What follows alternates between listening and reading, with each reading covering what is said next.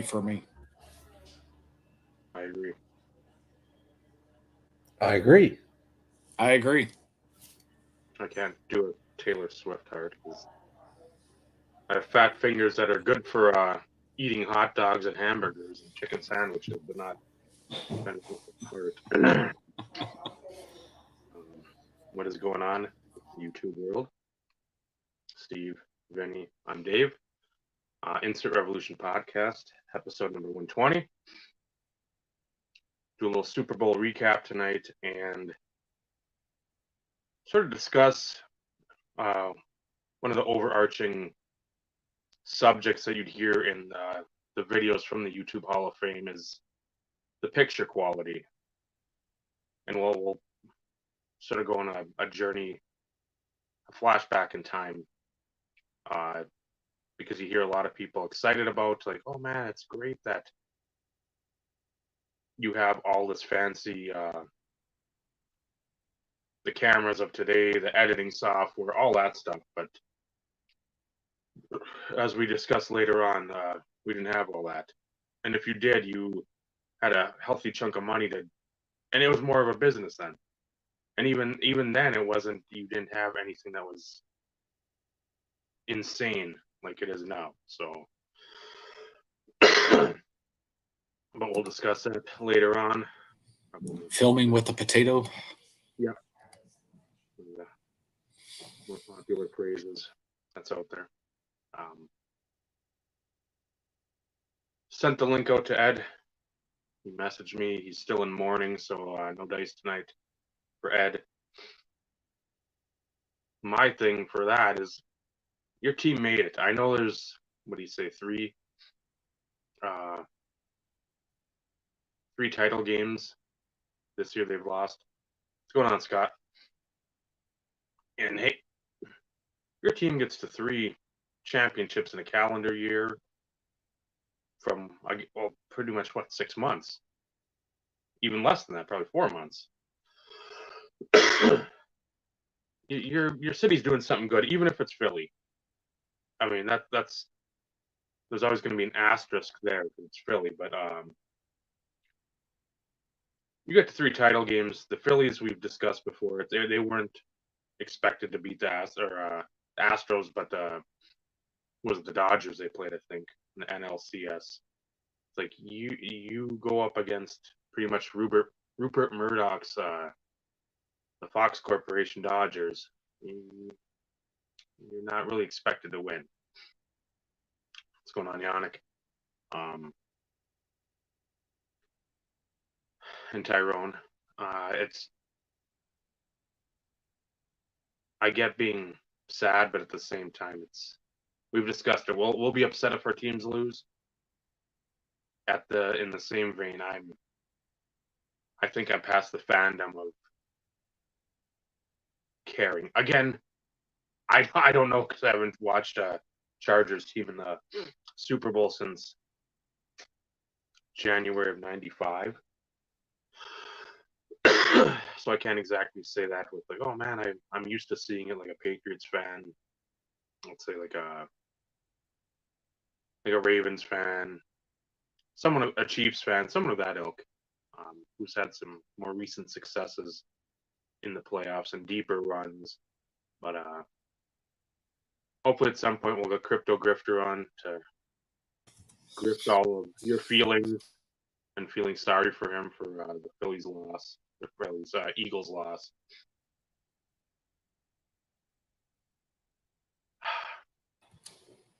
It is what it is.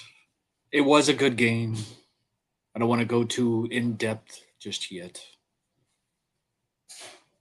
Only because we haven't done something in a while to start the show off. Because let's face it, we're still only in month 2 of the new year. Not much of us have picked up a whole lot of stuff. No. But yet, I'm pretty sure our good friend Vinny said he had something to show. And I definitely have something to show that only 4 people know about but don't know what it is. Unless y'all went snooping. If you're snooping, Yeah. then you know. And I think they got. He might be. So I know you shared one card with us, Dave, but I'm sure you're going to save that for a mail day, which is fine. But Vinny, did you have something to share? You want to go first, or do you want me to go No, first? I'll let you go first. All right. Make him big, So- Dave. Make him big. Well, I'll make him big, all right. I'm gonna act like I didn't even hear that. Got Anyway, a couple things. So we'll plus, go with plus this, that first. plus this gets rid of the hockey stuff early for Eric, so we can appease him for a short bit. So that's the last canvas I needed. So the good doctor with the assist on this one. Nice. So that was pretty cool. I guess the PSA 10 was a bonus. Yeah. And it was under what a raw one was going for. Okay, well you can't So- beat that then. Nothing wrong with that. Then the purity to 35. So That's that a goes nice looking along. card. So there's the 35. There's the 150. And then They got their shit backwards. Like gold should have been lower numbered, but whatever. Mm-hmm. yeah. So is that like the base then? Then Benny? that's the So, base. The short print base. So Those are nice looking. those were good. I think I showed this other slab to appease Eric, but just to show it. And that's 1 of 50. And a PSA 9. Whoop-de-doo. Yep. And then something that what's his name? The guy that's on Carlos's show. Upper Deck dude. Can't think of his name. Billy? Billy, yeah. He said this was a popular set. And they wanted like 70, 80, 90 bucks for this thing. I got it on a nice little low win. So it's a manufactured patch. But it's not Nice numbered or looking. anything. It's a nice looking card though. That's a decent one. Oh, lost my earpiece. Fail.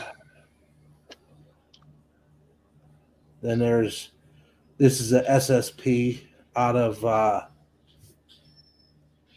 1920 Upper Deck Series 1. He has a couple of these mastery cards, but I've never seen it. I saw it on ComC. Took that sucker down about 4 weeks ago. Anytime I can get 05, 06 stuff, Ovechkin and Crosby rookie year, because they ain't breaking what's probably sealed. It's always good. So just a game used jersey.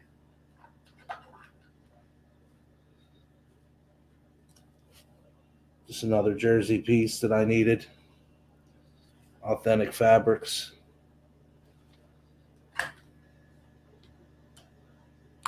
Okay, now to the big boy stuff. So this is 0708 OPG, numbered to 25. So the base was numbered to 199. This is a silver hollow foil. Nice. And then another assist by Joe, the good doctor. So you've seen this card from me before in a PSA 9 or a 10 because I never saw it before and I took it down immediately. This is probably the closest thing that Mario has to Star Quest Gold. The difference is this one's numbered to 100. So this is what it should be. I don't know if the other one's a backdoor copy or what it is, but I wanted one to the 100. So here it is.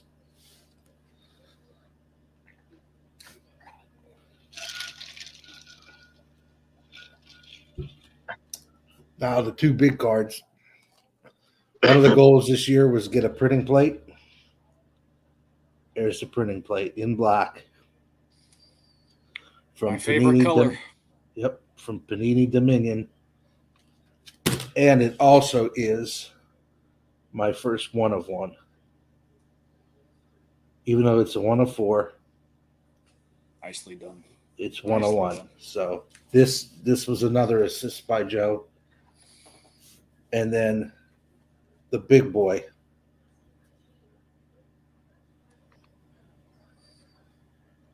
This is the grand finale. Grand finale. So he's got, I think, 2 of them. Now I have 1 of them. So that's most of my pickups for 2023. I'm up to, including the printing plate, would be 53 cards for the year. I'm at 18, 6 weeks in. So I've been trying to be good. I've tried to only look at stuff that I really, really need because I'm cataloging right now. I finished Panini yesterday. And then I finished Pacific today, putting them in the system. Now I got to go in and log all the Pacific cards in. And the funny thing is Mario has 546 cards for Panini, which kind of blew my mind. So that was a interesting little tidbit to find.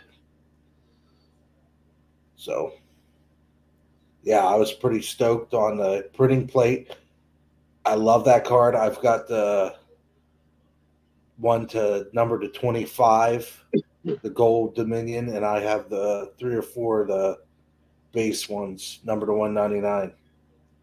So yeah, that should take care of Eric for a while. It might be taking care of me for a while because I don't have anything else coming in. So next week's show might be light. I'm trying to save for the National, and I had to get that grand finale and that printing plate. I had to dip into fundage, which I didn't want to do. But I did because those are the kind of cards, as Dave and I discussed, you'd be looking at the National. And what are the chances they would be there or wouldn't be there? Yeah, if you could find them, even for that matter. So if something rare pops up, I have a card coming in from Pittsburgh. So I'll at least have 1 card next week. So thanks, Jeff. You might need 2 cigarettes, Eric. Well, that was a strange way of spelling chocolate stick. I just caught that one.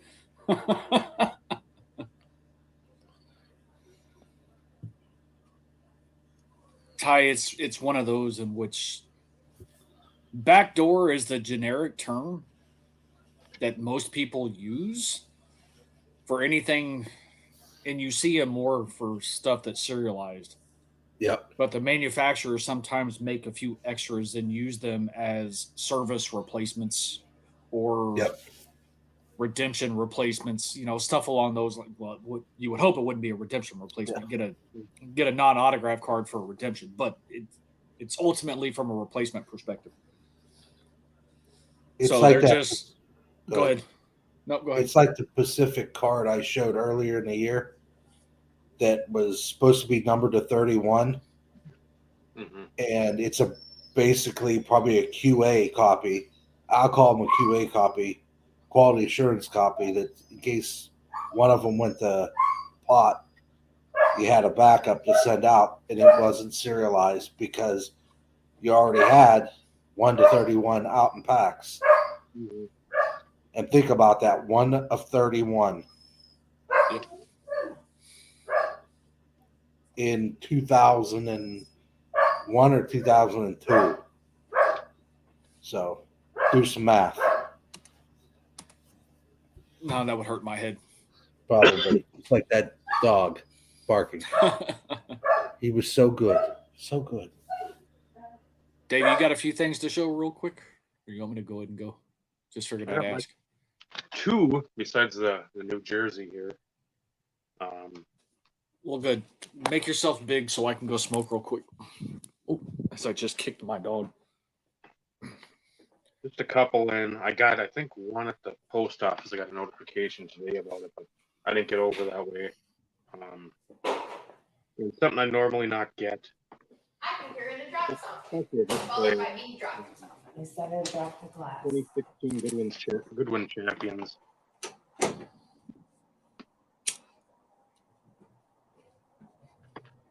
See if that's team bag and being able to top it will make it a little shinier.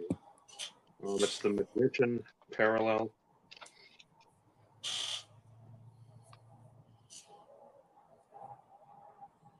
It's a nice rainbow foil board. Might be. It might be bad. I don't know. Probably should show it back.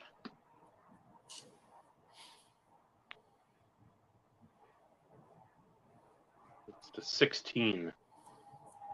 And that was like a fat pack of scores back in the heyday. Like that was under $10 shipped. And this one I think I put on Instagram a few days ago.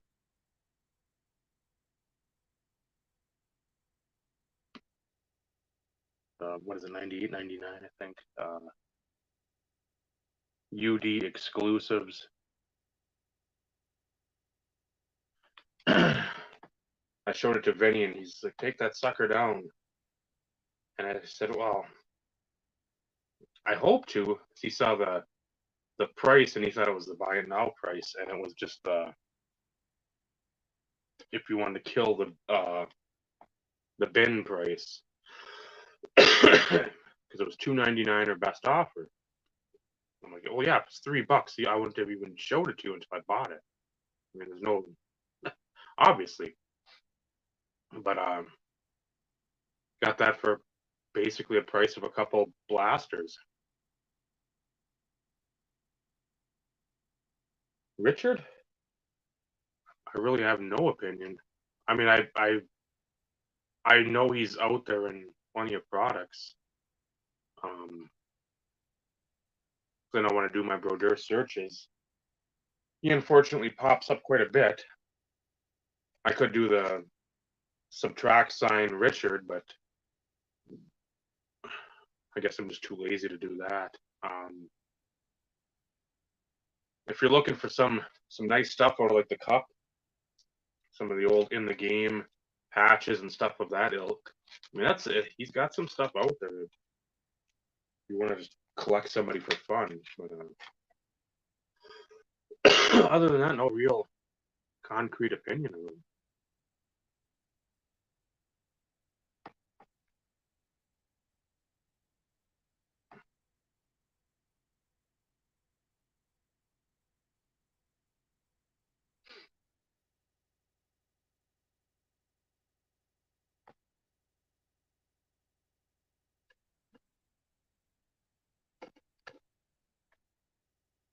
So yeah, other than that, got the one card at the post office, and I've got, I think, just 2 of them on the way. Looking at a couple things on ComC, but like Vinny discussed, it's like it's got to be something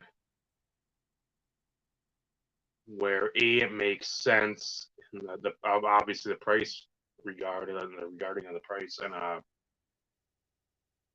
just in the sense that what's the rarity? what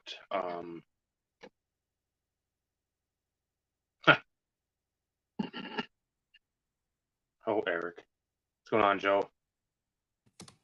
Hey, Joe. That if it's something that we'd be looking for at a national, at a expo, at a big card show, would this be something we take down? And if the price was right, yeah. I mean, you can dip into those funds, but I mean, if there's some, and again, I'm guessing there is, like when they had the Hank Aaron, the Willie Mays, the reprint cards from Topps, they had a lot of the autos to go with it. I don't know if Lemieux's got the same thing. Like there's like a rookie reprint, the second year reprint. It's all autoed. Like if you're looking for something like that and it popped up, okay, then there's a conundrum because I'm sure that isn't going to be a couple $100 card. That's going to be a healthy chunk. So, but again, it's a case by case basis, and most of the stuff that I'm seeing right now is not stuff that I'm really excited about. I know there's one that's on the watch list that goes off, I think, in like 4 days that I'm gonna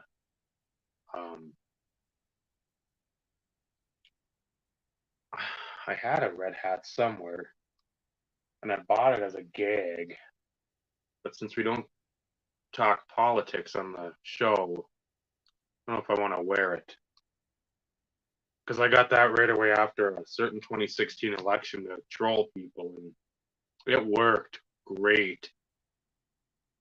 It brought out. I'm like I'm bored at work. I just have something to do. Moving on. Yeah, I got a nice Dumba coming in. I got that card in 5 days. I'm looking at trying to get, which would be an absolute monster, at least for my collection. The one at the post office isn't bad. I showed, I think, Benny that one the other day. Baz does have a valid point, but yes, in the scheme of things, we'll leave that one alone. Yeah, I mean, some folks may clap for it, some folks may unsubscribe for it. I mean, I saw where my numbers were after the Hall of Fame. I'm like, okay, that's up about 15, 20 subscribers where I'm usually at, and I've already lost one. So I'm like, I'm doing something right. So it never stays where it was at. It's always like perpetually dropping. Well, we've always said you hate to love him, love to hate him. It's one of those in which you watch because you just never know what's going to come out of your mouth. And that's why most of us love you as it is. It's one of those in which we all know you're not everybody's cup of tea, but who gives a shit? This is who you are. Nothing's going to change. So,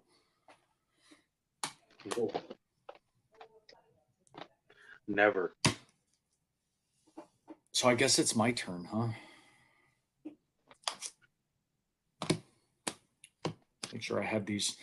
Make sure I have these in order here. I guess I'll make myself big. Ooh. So a few. One which I have designated as a whale because, well, you'll see. So I picked this one up with another card. I was actually bidding on it because of the other card, which will not be shown second because I'm trying to do these somewhat in order. But this actually checked the box and marked off an individual that I didn't have for the Broncos auto collection. But Pen Pals, this one happens to be out of Elite. On card of Javonte Williams. So that's the first Javante for the Broncos auto collection. After I showed this card, you'll see the other card that I actually ended up really bidding on it for. But 97 Pinnacle Express, and I'm going to correct you, Dave, Metalworks. This is the silver. These things are like a paperweight. They've got some major weight to them. And you're like, huh, really? What's so special about that? Well, these were redemptions because of the weight. But the silvers are numbered to 400. So that one's 25 of 400. So now I have the bronze and the silver. Good luck finding the gold. The golds are numbered to 200, but I've never seen one. But that's definitely one on the list. But glad I could scratch off the silver. Worked out in my favor too, because the seller actually had two, and I got mine for what I considered reasonable. But this is the other card that came with the Javante. Out of gold standard, this is the gold jacket autograph. This one's serial numbered to 35. So always one that, I watch frequently, but to get this in the Javante for $32, I basically paid for this and got the Javante for nothing, technically. So can't beat that. And then the whale. I still can't believe I actually saw this, let alone ended up getting it. 2004. Leaf Limited. Team Threads.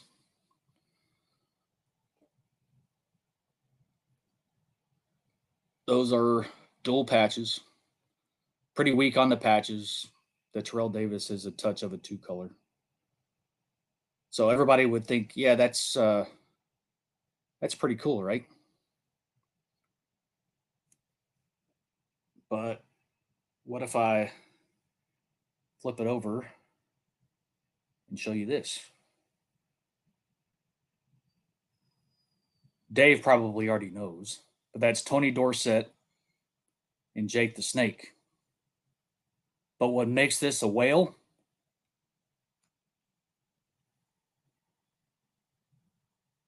I know all y'all can see it. One of one. So quad patch, quad autograph, 101. Weak on the patches, but this is a card I never thought I would ever see, let alone hold in my hand.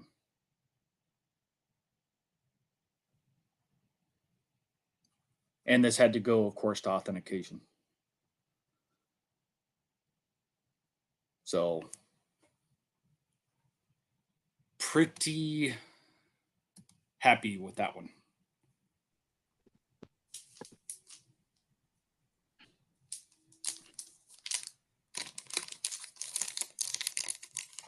Pretty happy. It came off of eBay. But their like authentication service, they're bad. Is that whatever their blue check mark if it goes over 250? So yes, not they had to. Alert, but And all they do is authenticate the card. They don't authenticate the autograph, the memorabilia. They just make sure the card is actually legit. And I had to cut it out. I've got the authentication thing up here. But I had to cut it out because, of course, I wanted to put it in a mag. But it's one of those in which, so 2004, we're now in 2023, almost 20 years later, the card surfaces. The guy originally had it starting bid of $750.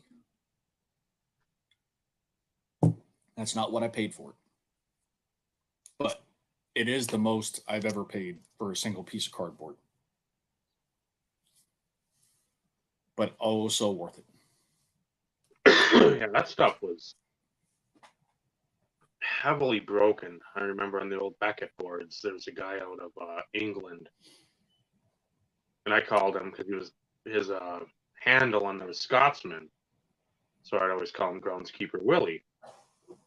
And I mean, he bought an ungodly amount of that stuff, and had all of like those type of cards. Again, not the 101s, but he had the monikers and the platinum, the golds, the silver rookies, and I mean that 04 class was, dare I say, hashtag adequate. So I mean there was, and those boxes weren't like the prices obviously of today, but they had the value. At least where you'd get something like, hey, here's an Anquan Bolden second year patch, but it's a piece of the Cardinal and it's to 25 auto. It's like, well, you can at least do something with that.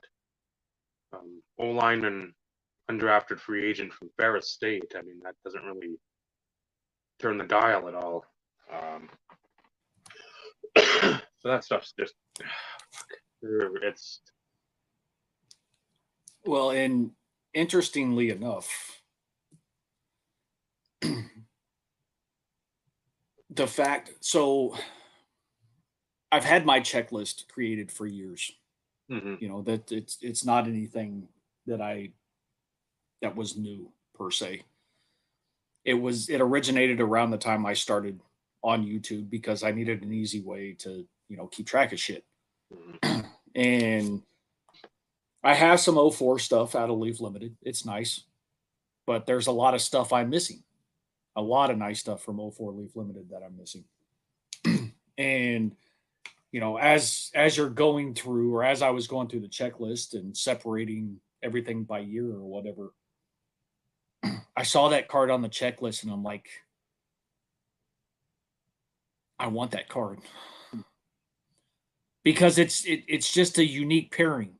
Elway, Terrell Davis, yes, they played together. But then on the flip side, you have Jake the Snake, who I loved in Denver, but Tony Dorsett. They, of course, didn't play together. And Dorsett does not have a whole lot of Bronco autograph stuff at all. No. I showed you got men's stuff, I know that, but not Yep. ton of autos. I showed DC the one Tony Dorsett auto, the other TD autograph I have in the Broncos auto collection. And it's a sweet card. But, it's one of those in which to get all of these on the same card. And yes, for those who probably have guessed, these are game used because it is from 04. So it was game used. But I saw that card and I'm like, what an interesting pairing. I was like, but I want that card. And what's going on, Paul, Lou? And never in a million years would I ever thought, like, that's something that I would have expected to maybe stumble across at National, or somebody stumble across it at National. Mm-hmm. And the guy, I mean, we talked for about a week. Somebody else expressed interest.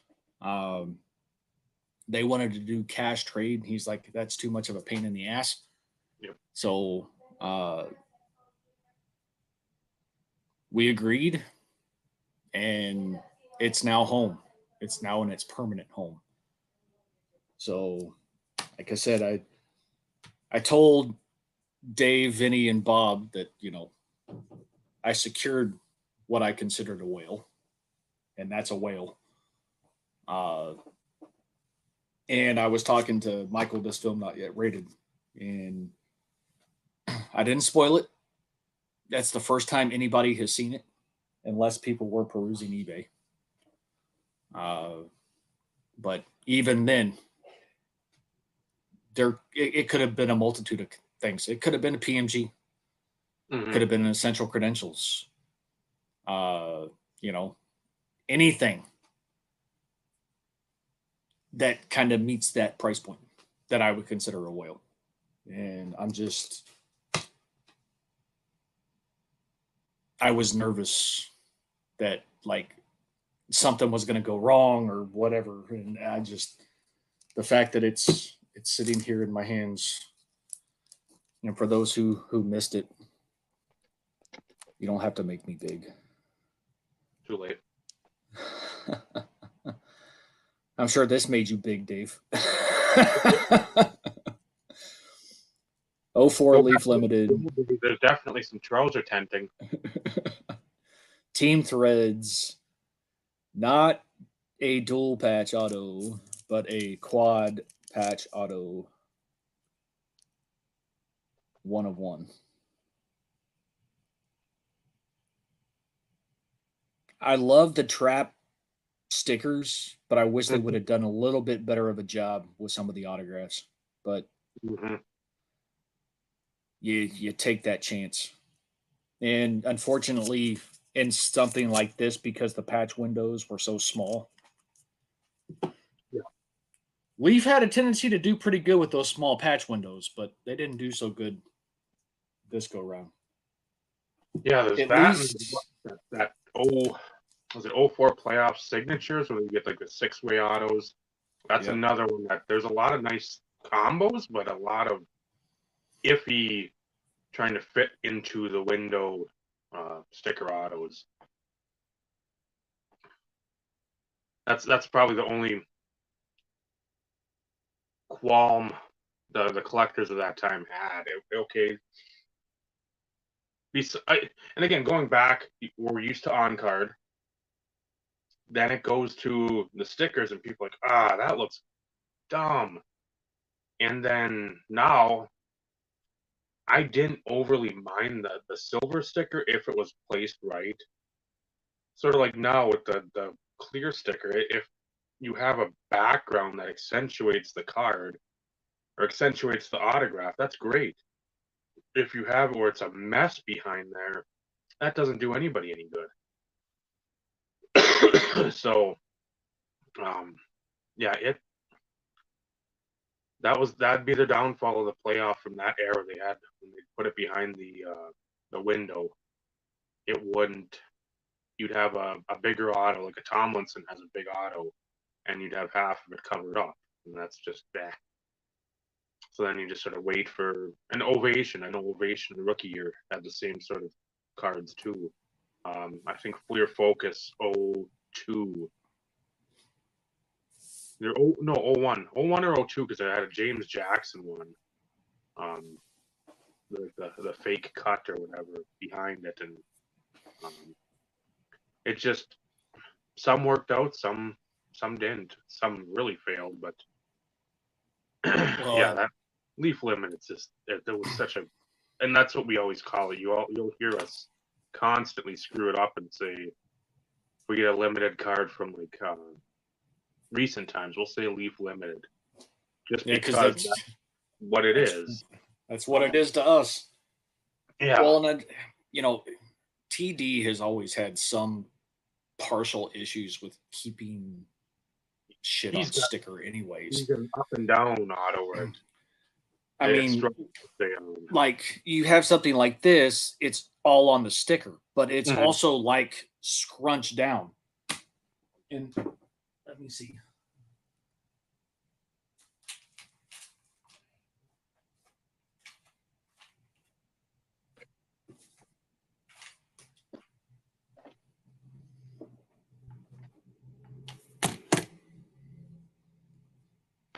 So then you have like same situation. Off sticker. The T's cut off because he didn't scrunch it down enough. I've shown this before too. Maybe a lot of people haven't seen it though.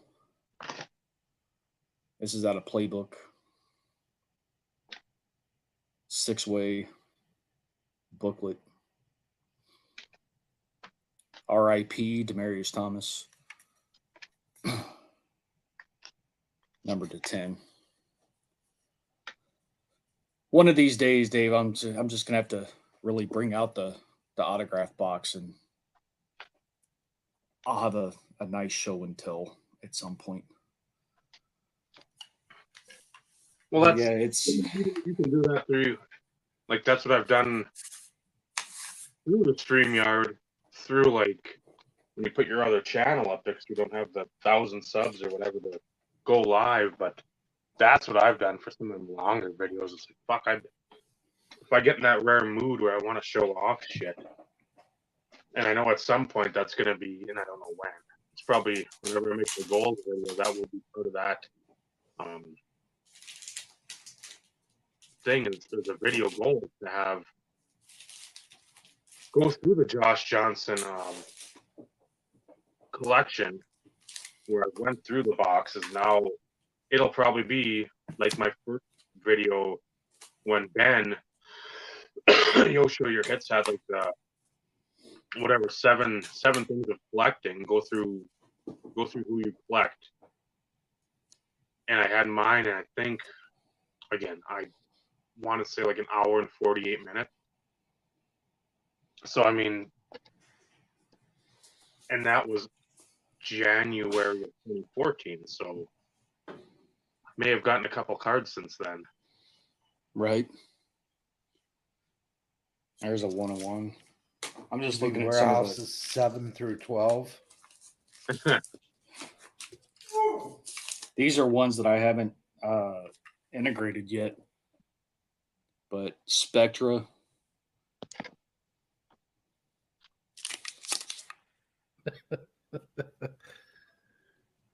Number to 2. Not laughing at you, Steve. Laughing at the taco. It's fine. Paul's getting a little emoji happy. Buyback. Number to He's 13. Trying to keep warm up in the Arctic Circle, especially with all the shit being shot down out of the sky up there. I think he's to blame for it all. Apparently, he found alien ghost poop. Up there, you probably will. There's another buyback. 2 of 2. Let's see what else I have in this stack of stuff. I need to. Some of this stuff people have seen. This one numbered to 2 or 3. Exquisite. On card. Number to 3.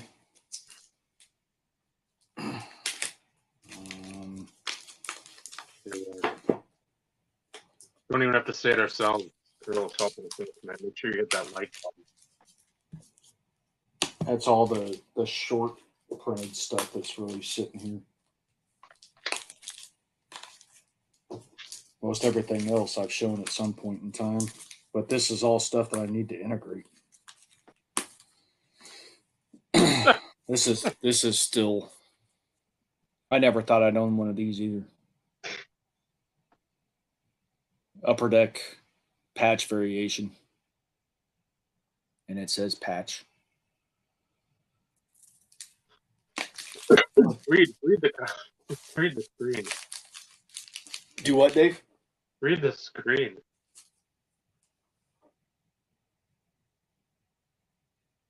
Oh shit.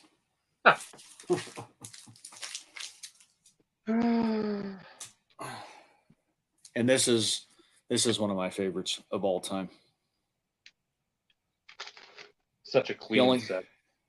He only has a handful of autos with the Mile High Salute. I still want the gold. Yes, I'll say it, but I still want the Sign of the Times gold.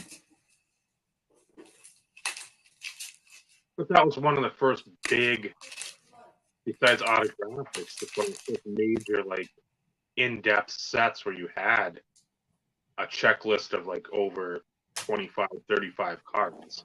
And you had your big mix of veterans, retired folks, rookies, up-and-comers, wherever the case may be. So we're going to show cards, but we got people in here. I don't even know if I've shown these. So I'd say be prepared. I just looked over here at a stack. I'm like, I don't recall showing any of this stuff, even in the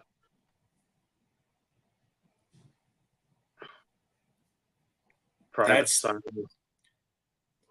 that's one of the like the I don't know. Super It's not Bowl. Was that one of from like the Super Bowl thing stuff that yeah, they did? I'm not sure, like a Super Bowl white box type of, but it wasn't a white box, but it was one of those type of situations.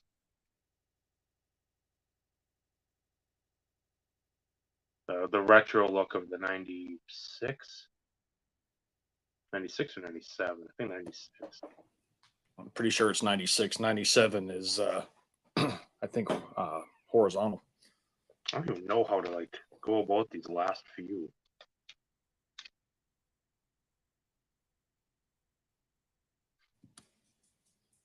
Yeah, I definitely haven't seen that. Well, then it's gonna get better.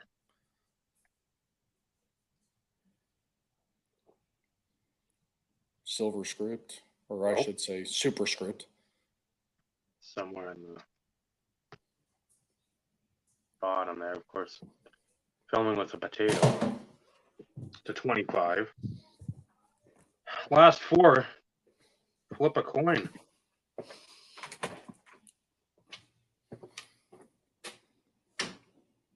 That's fucking nice. That's the second copy of that I've gotten. It is to 3. That's nice. King Felix and Bob Gibson, for those who are wondering. These, you'll think to yourself, Josh Johnson, what an easy guy to collect. There's some things pops-wise out there that if I want them, I have to pay through the nose, literally. Because there's like an 11 or a 12 collected. And I think he did the same for football. That has just like reset that market. And this has been over the last decade. So again, I think I paid like close to Josh Johnson's number, 55, shipped for this.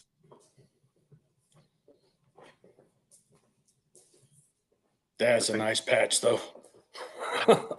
Again, I don't know how many copies. It's like 2 or 3, 20. But then I can always go back and like, well, Josh Johnson sucked. Well, again, he's 2010 ERA leader on the top there.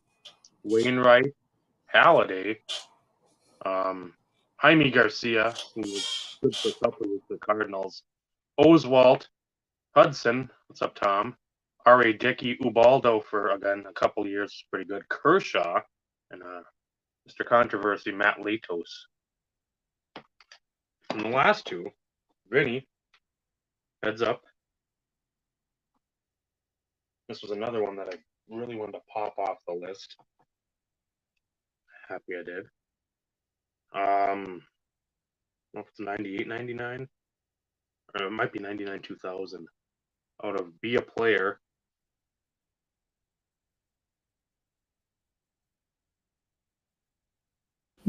That's a nice one. Even notated up here with the emblem where I think it's SRP to 20 or SPR, state of print run. And then the last one. So again, in order, it's you don't really have a stinker in the bunch, player wise, possibly depending on what you think of them, but that's all right. I don't care.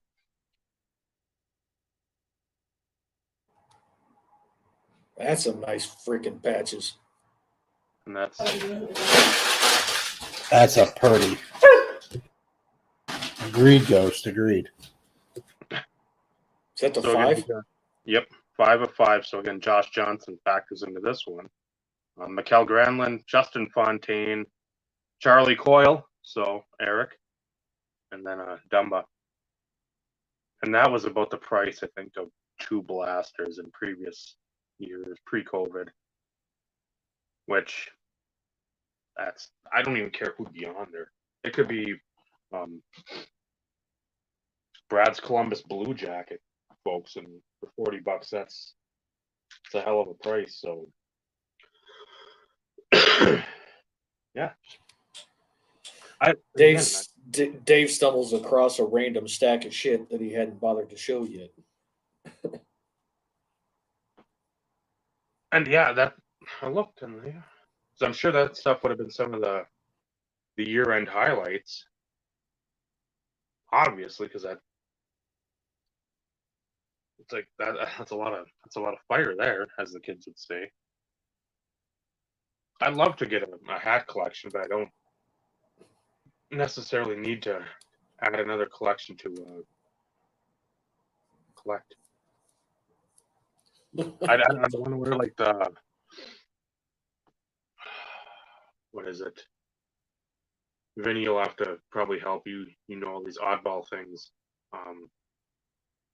The folks that were in like New York City, the red hats, the like the berets, and the Players Club jackets, those satin jackets. God, that's in the low end, Lou. I've heard, and that's one thing I heard too during the Hall of Fame. Well, it's like somebody else had the most collections. I'm like, they're obviously not watching my videos. There we are, Eric. Got it. Guardian Angels. Thank you, Baz. That. Yep, and Baz nailed it too. I'd love to find like one of those jackets and the beret and wear that around Chicago. So what are you trying to protect? To be like the food. Get away from the food. It's time for food. But yeah, there's that was my second guess, Paul. You're close, so I mean, give yourself the Barry Horowitz pat on the back for trying. That's what we try to do around here. I still like that one when it comes to the response to the join-in Shriners. Oh shit! Hey, we actually showed some cards. Yeah, it's been a while. Of course, you should have ended with like a football player, because then that would have been a good segue into at least talking about the Super Bowl. That's true. I know I got Ibrahim around here somewhere, but I don't know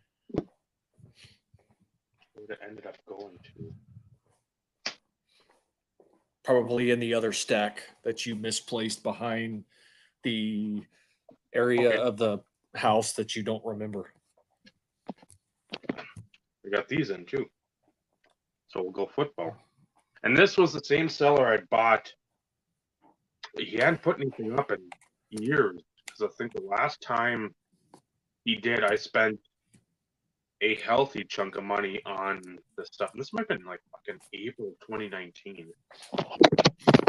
As the phone goes down. Man, us and our production quality, man, we're getting better. Yes. Remember, guys, if next year, January 5th, that Hall of Fame vote comes out. IRP, baby. But he had a bunch production quality alone. Just. But he had a bunch of the NT 06 stuff, and then eventually went on to like 07, little 08. But I mean, I loaded up. It cost a pretty penny, but unfortunately, I sold a few, but I made a lot more back. I have autos and patches of a lot of the same people I sold, so it's not like selling Jim Brown shit. And because again, I've showed Steve the pretty one that everybody gets tired of seeing, the one to like 5 or 3, whatever it is. I could probably sell that and make a mint, but nah, that's all right. But he had some stuff up now. Put bids on quite a bit. And won 5. So for about 50, 60 bucks, I think. I got all 5 of these. And nothing that's gonna like sit there and wow you, but go back to the game used aspect, and all these guys are all retired, obviously. Dave Casper, and that's 25. And I know it's I think Monica on this. The only bad part about a lot of these, it's a player you're not 100% sure on. It's tough to read that hollow foil. To 25.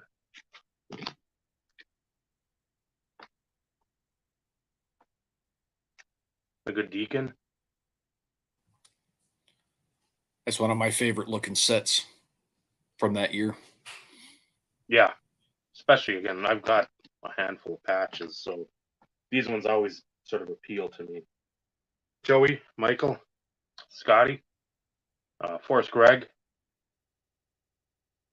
Never pass him up for pretty much anything. 25. And the last one's a jersey shoe. Let's see the beautiful rec specs. This one's to 49. So I won't show the back, but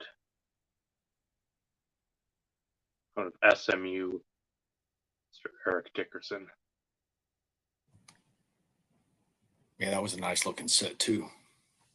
I just wish they did a little bigger window and compress the logo a little. It just seems like a lot of empty space there.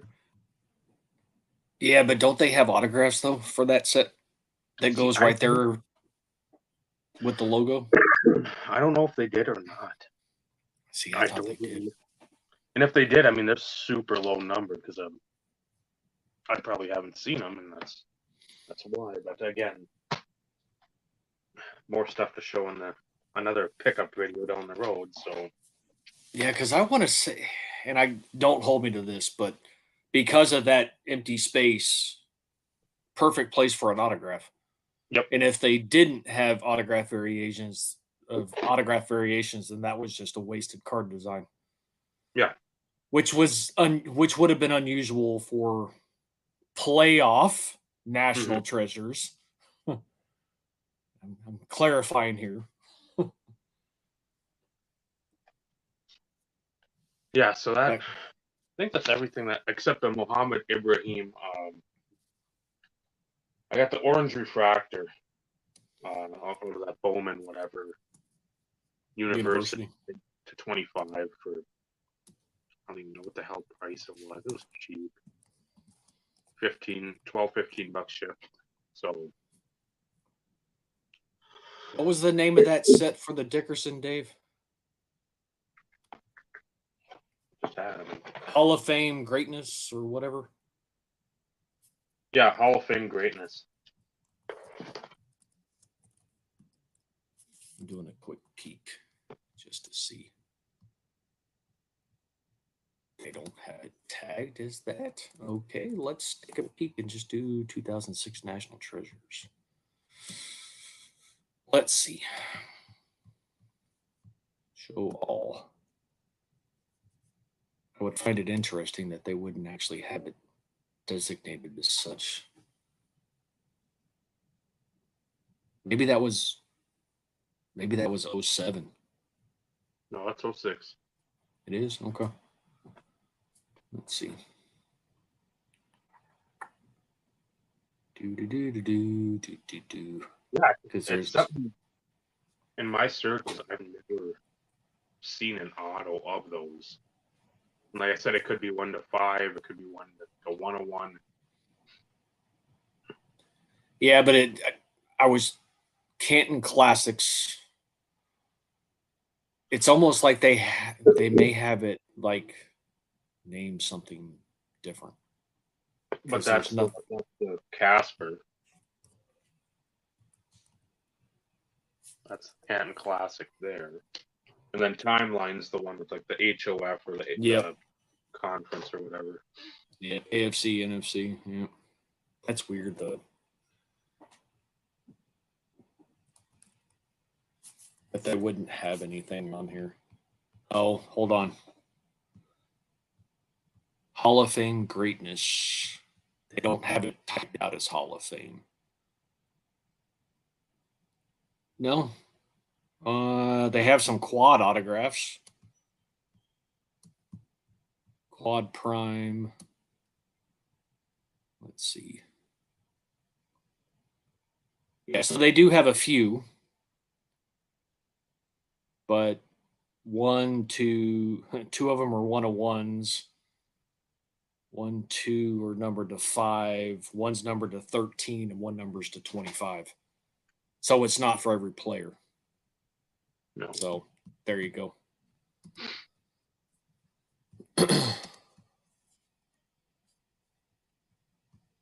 So they do have some that are autographed. But like the one you showed of TD and friends, good luck getting it. If you can get it, because that might be one of those cards that you see it once and that's your chance. Otherwise, it's a lot of that stuff is what do I look at it? Like, am I going to be able to? There is multiple variations that do have autographs. So let's see. So yeah, here, let me share real quick so you can see. I'm probably going to screw this up, but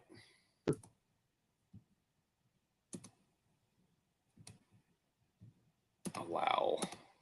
So hopefully you can see this. Okay. So right there where the logo would sit, there's your autograph. And it's the trapped autograph. Okay.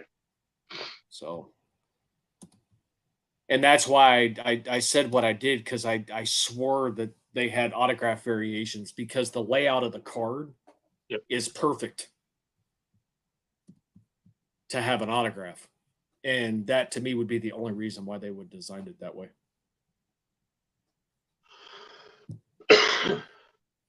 So there you go. Learn something new every day. Now we can talk Super Bowl briefly, because there's not really much to talk about other than the fact that it was a good game. Yeah. One screw up, one mistake. That's ultimately what decided the game, if you think about it. Yeah, to a degree.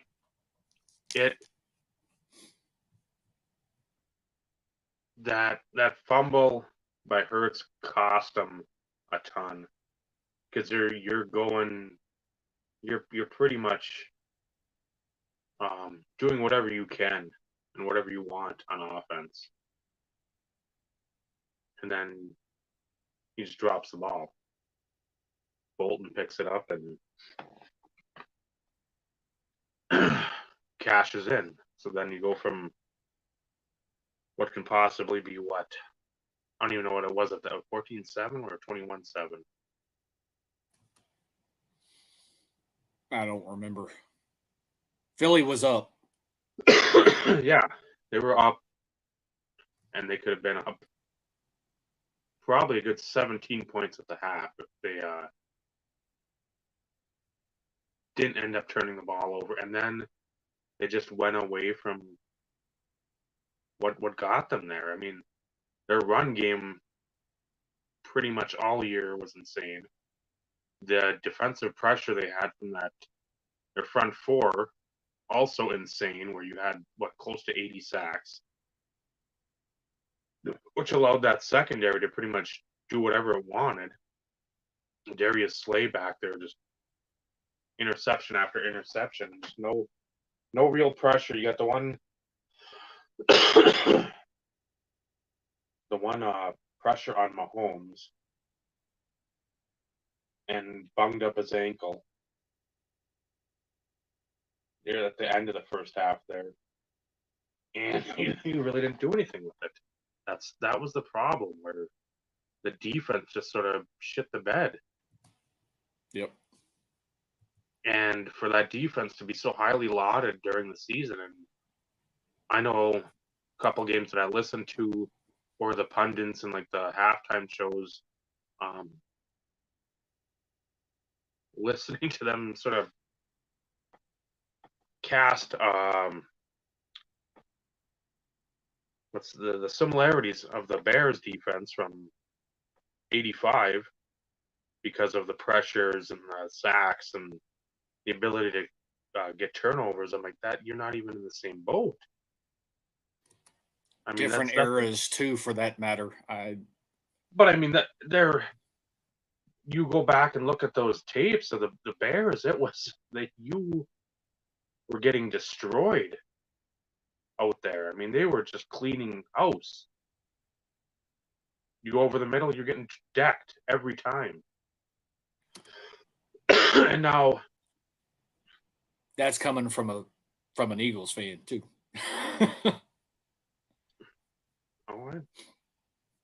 It's one of those in which I don't want to say he's the Dallas cornerback the Diggs, because he got burned more times than he succeeded, even last year when he had all the interceptions. But yeah, that there's vulnerability in that secondary, and that it showed when you couldn't get pressure. Yep, I was going to say if you rely so much on the defensive line getting pressure. So on the flip side, you have to give Kansas City props. Their offensive line did their job. And yeah, they had the complement too. It wasn't like a couple of years ago against Tampa when you had, I think, 3/5 of your starters were out. One more of the starters was like really banged up. And then you basically had second, third teamers, practice squad guys, just any warm body pretty much out there. You saw what happened.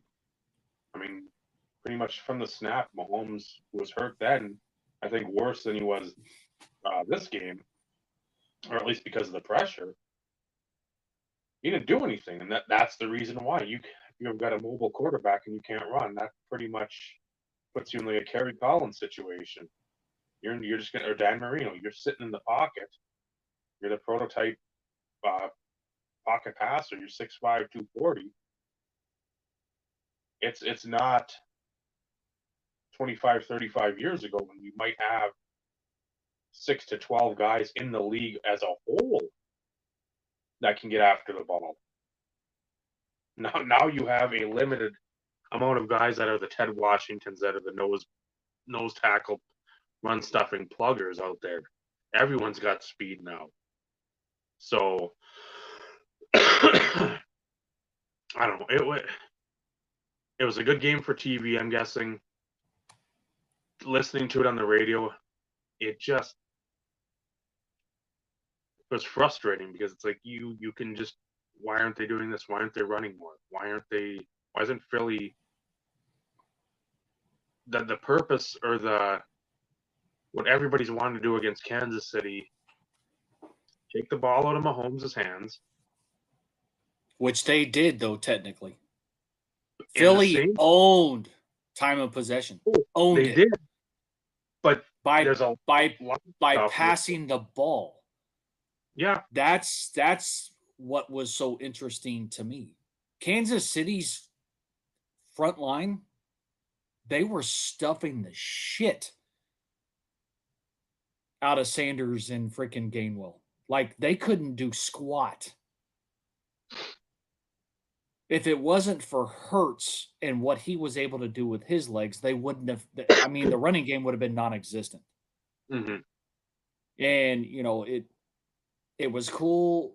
It was cool to watch him work when it came to having to use his legs. Mm-hmm. And I did find it funny because they did have to. The announcers had to correct themselves.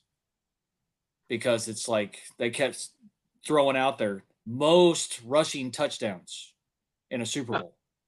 Okay, no. Most rushing touchdowns by a quarterback in a Super Bowl. Tied for the most rushing touchdowns in a Super Bowl to none other than this guy. So that I kind of got a laugh out of because it's like, hold up, back up. No. Get on the phone with somebody who can actually give you the right information, because that's not right. I figured that's what you were saying Sunday night too when they said that. Oh, it I don't want to say it rubbed me the wrong way, but it was like, guys, come on. You do this for a living. If you're gonna quote certain things, make sure you quote it right. And it took them, they said it, and then a few moments later they corrected it, and then of course they put up the little blurb on the TV. So yes, tied for the most rushing touchdowns in a Super Bowl, but most rushing touchdowns in a Super Bowl for a quarterback. So they weren't completely wrong, but they were missing the right designation. So They had the improper nomenclature. So yeah, it's to watch. Like I said, to watch Hurts do the bulk of it with his legs. I mean, he took that team on his back. If I'm a Philly fan, I'd be pleased. Outside of him literally dropping the football, like literally dropping the ball, he was not. Yes, he had pressure, he had contact, but he dropped the ball. It's not like, and I loved how they call it a strip sack, and I'm going, no, he dropped the football. Other than that, that was a mental mistake. Other than that, I mean, if I'm an Eagles fan, I'd be pretty pleased with the way that he took control of that game and put it on his shoulders. Mm. The kid is still young. That shows poise. That shows leadership. So I'm not denying anybody nothing. It didn't exist.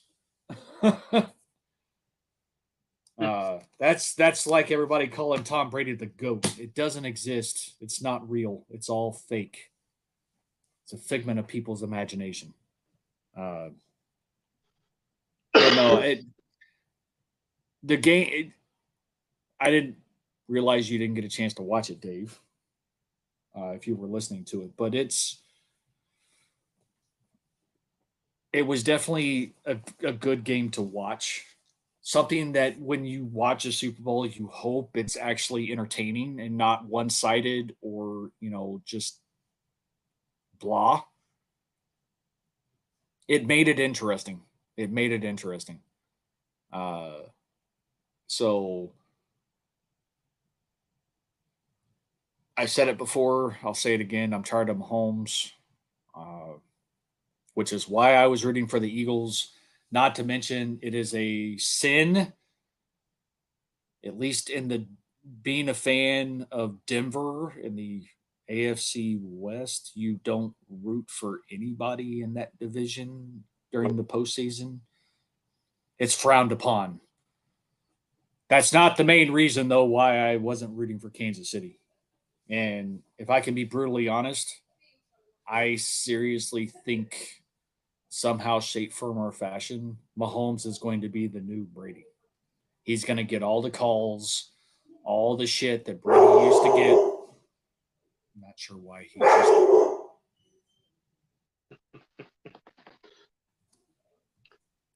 I just. My ghost teleport there? No. I just personally think that somehow, shape, form, or fashion, Mahomes is going to replace Brady when it comes to getting all the calls. I don't know. What's going on?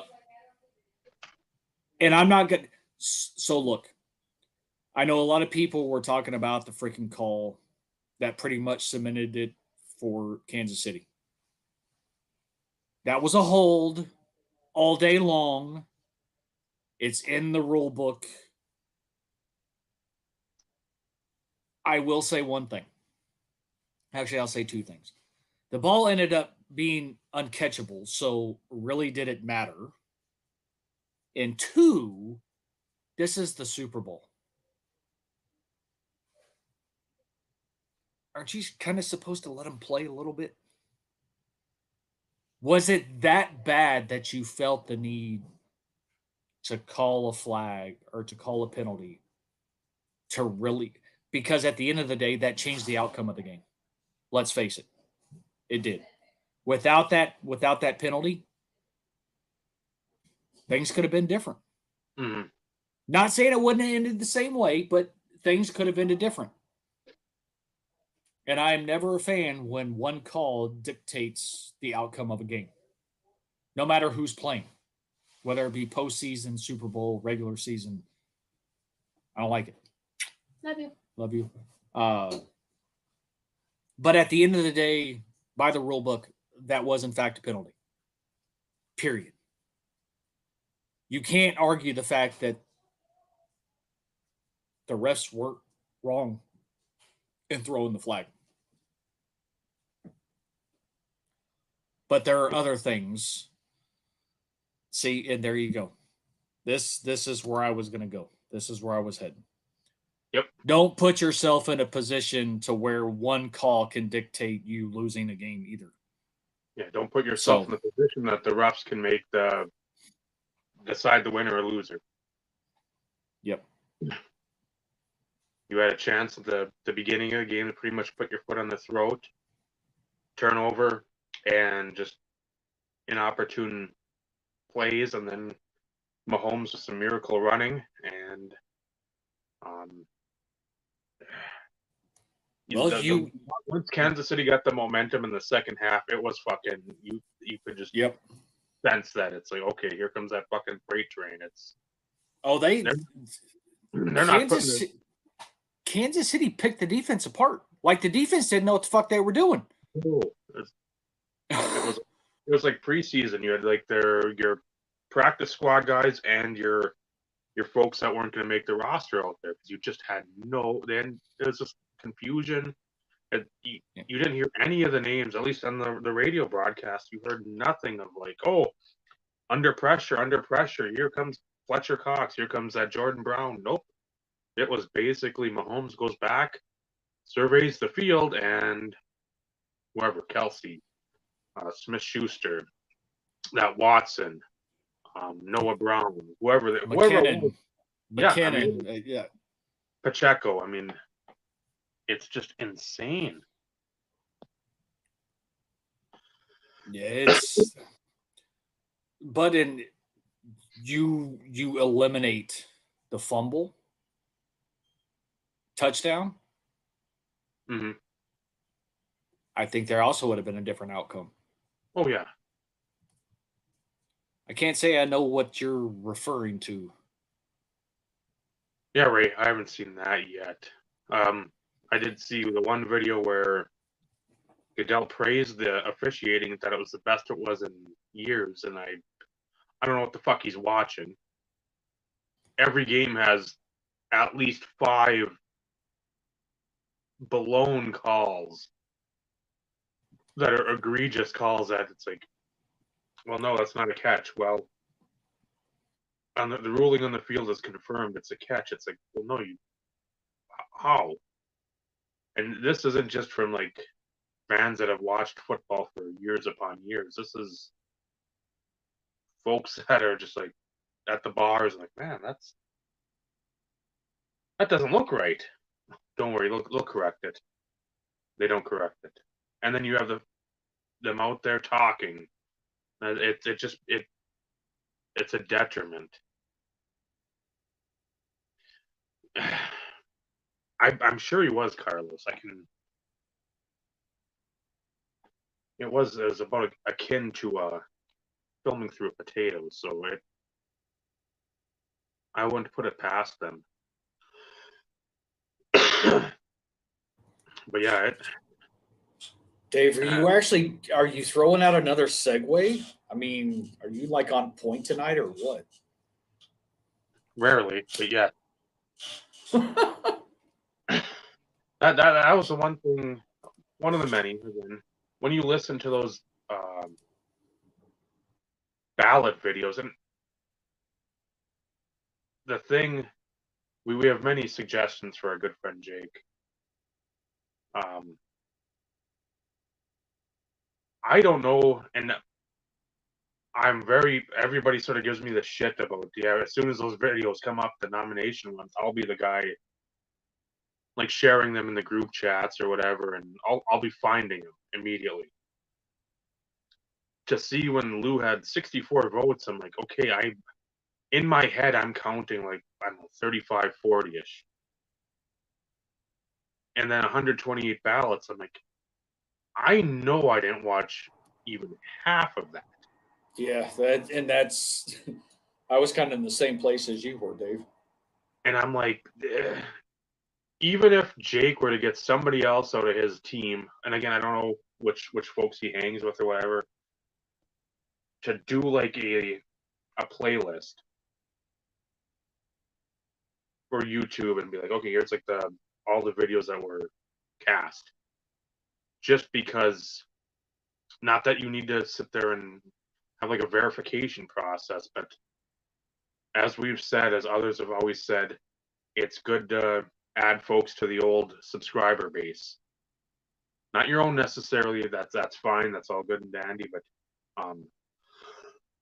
because a lot of us have folks that we used to watch, dead channels, just haven't made videos in years, whatever the case may be. Or vice versa, dead channels that are subscribed, and Yeah, it just, you want to find new folks out there. Again, people that are active. You still like your friends from the previous iteration of YouTube or the iterations, but you're still wanting to be part of the community or whatever. It's like you want to find new folks to follow, forge some sort of relationship. If you see people like, hey man, this guy here, he really, I know it, like, we'll say it again, that just the Bears guy, no fucking clue about it. I mean, I think I had the clue of knowing he collected football.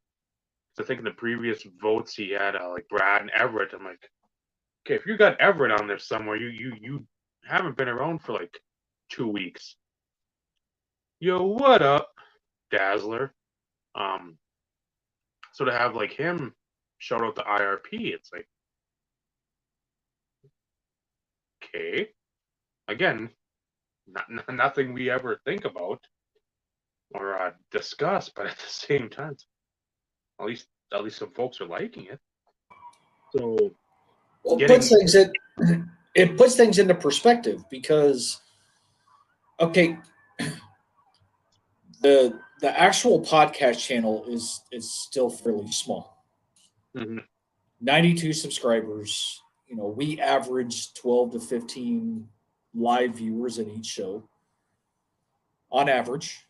Mm-hmm. We get 130, 150, at least as of late, views in the archives. Yep. As we always say, which we appreciate. And to come across somebody who we never knew watched the show, or even Scott, Scott mentioning the IRP. I don't recall Scott ever being in the chat. I could be wrong. It's one of those in which, as we get older, my brain has a tendency to do more data dumps than it probably should. But to hear it come from people that we haven't interacted with personally or via comments or anything along those lines, it puts things into perspective. When we sit there and talk about the appreciation, and it's not "I appreciate you, bro."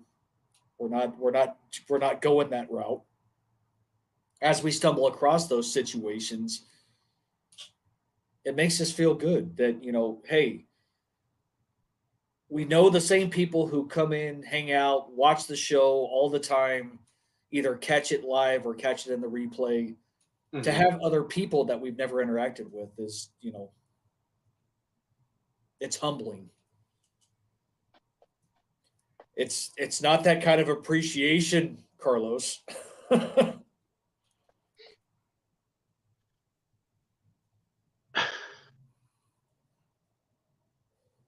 Where's Paul when you need him? Probably looking for alien, whatever poop. Alien ghost poop. Didn't have that on a bingo card either, fellas. Oh, that's gonna be under the wild card slot. That was the free space. But that would be the Hey, thing I'd do for hey, the Stuke. um the Hall of Fame thing. It's like, have someone else that that doesn't mind doing that. Gather all the videos, just because, again, you just don't know which other collector you're gonna find out there and forge some sort of relationship with, except Josh. So, and then again, take our advice, Veterans Committee, Joe Ryan, 30 good guy. Because we've talked about that, and that have a channel that's dormant for what, 2 years, 3 years. Have it for the same amount of time that you have to get into and if it's not dormant, hey, how about whatever, 18 videos, 12 videos, something where it's like they're not making anything really anymore, and you can tell that. But be nice for the recognition of the true guys that were around before we started and as we were going along, not the OGs of 7 years ago or 6 years ago. That's not an OG yet. Well, and to be honest, I even started thinking to a degree, why not? And this has nothing to. If you think about it, there's one breaker in the Hall of Fame right now, and that's up North Collectors. There should be Why 2 for them. Why not also have a breaking category? Yeah. And that could be a cross section of the Veterans Committee, because one, Cards Infinity should have been first ballot. Yes. And I'm going to go back even further than that, or around it. AR Platinum. And he's a big channel now. Huge. Yeah, because of the lottery stuff. Huge. Aaron is fucking. But you also have, Firehand Cards, which used to be just Chad more so than anybody. Yep.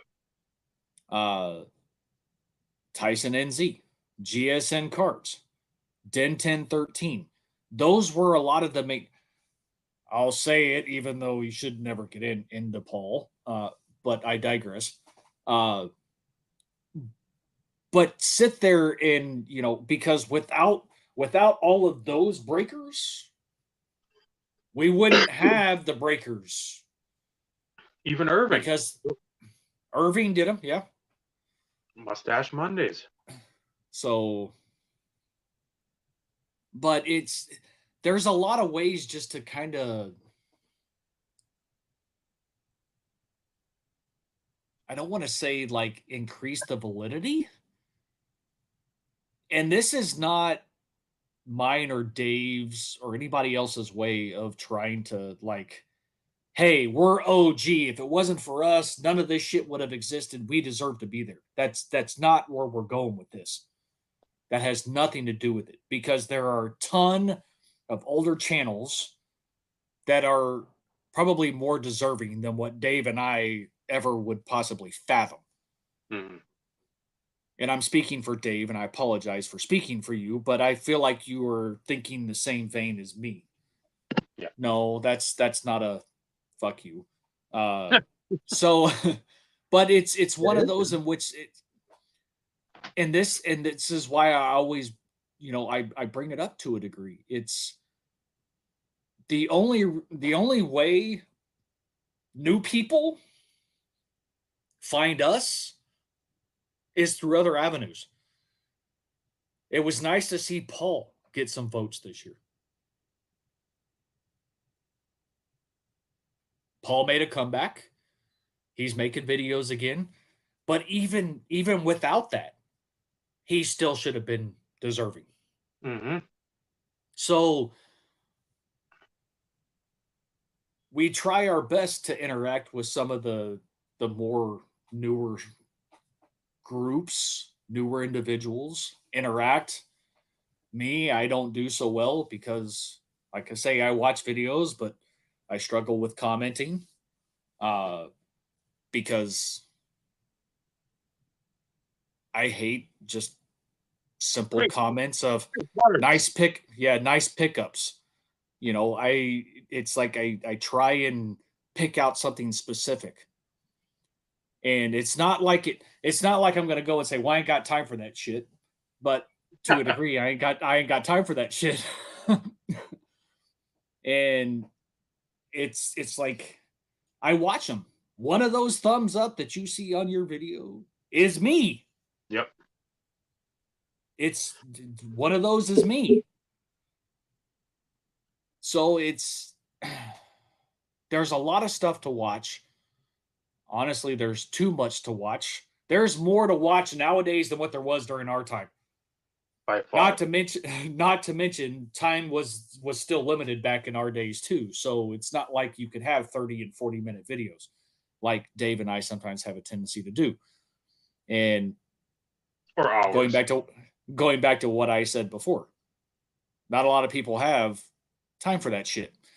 So, and which I get. I mean, I fully understand. I fully get it.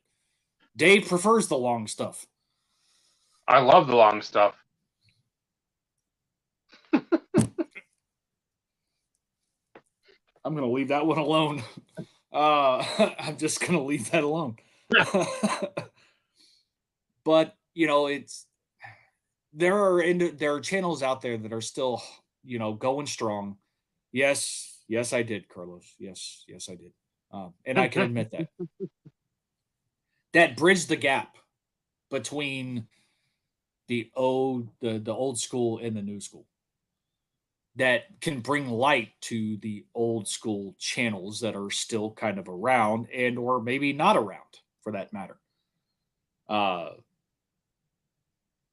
But even then, not everybody watches those guys that bridge the gap either. No. So it would just be nice to try and figure out a way to focus specifically. And I'm not looking at rehashing the lifetime achievement. That's not what I'm getting at.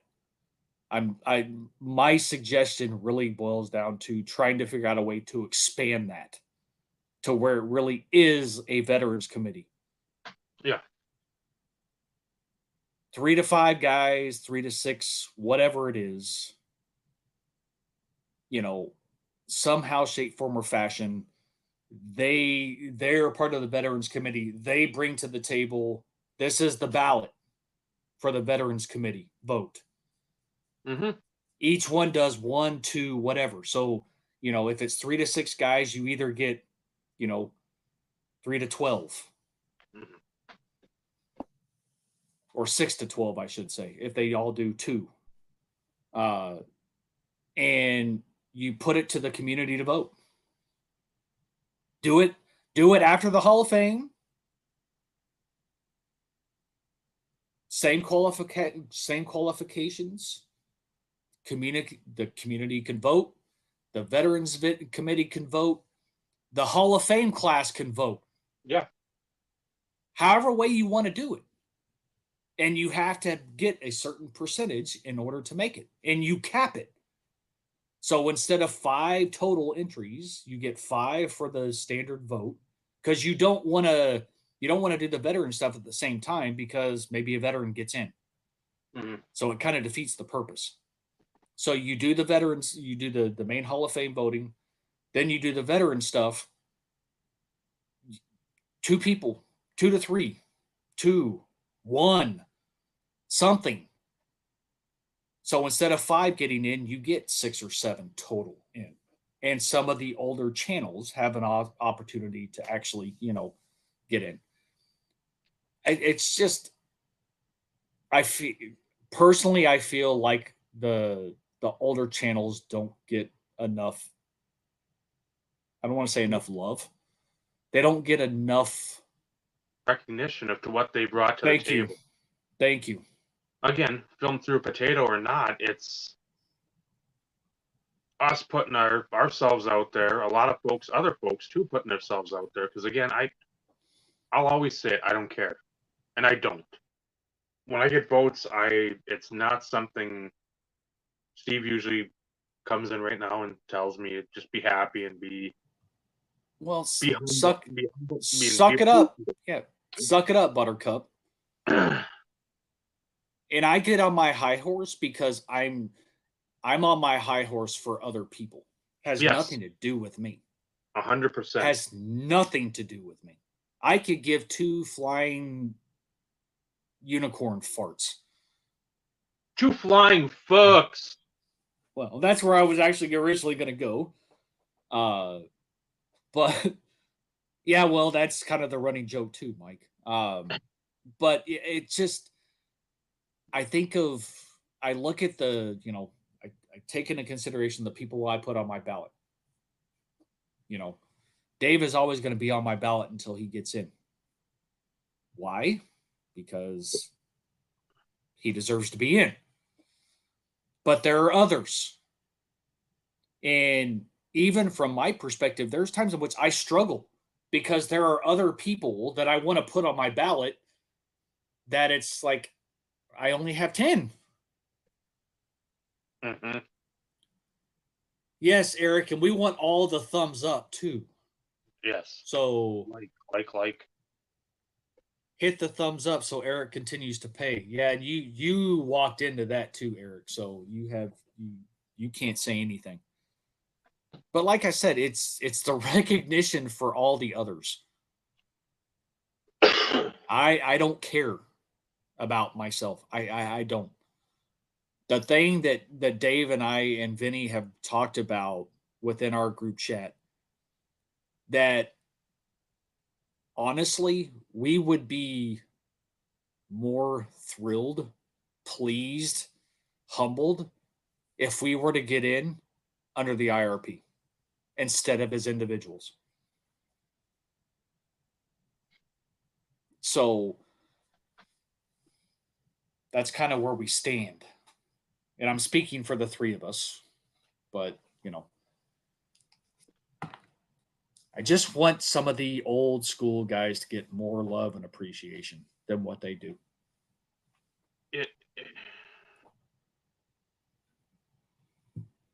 And what I struggle with a lot, because again, it's been noted many a time, the folks of the original few years, pretty much the whole way through, it's been baseball guys.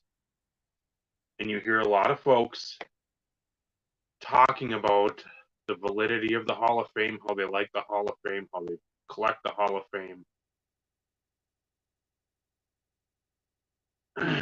If you, and this goes for anybody that's in, anybody that votes, anybody that's like a baseball guy, if you're collecting the vintage, if you're collecting all the old stuff, this is very rare, I think. I don't have a scientific study in front of me, but this is the thing that sort of dovetails with that. It's none of a healthy majority of the folks that collect baseball vintage stuff now, or that you see with the great collections. I'll use my friend Mike, Jake, Lefty NDV Drew, Blue Jacket 66. he might be one of the ones that has always collected the vintage. But there's a lot of those guys that didn't. I know my good friend Mike had a big Josh Hamilton collection. He wasn't doing a lot of vintage on Freedom Cardboard. Again, picking some up here and there. When we sit there and those guys talk about, well, all these new channels, it is a direct. Now you have to help me, Steve. A direct.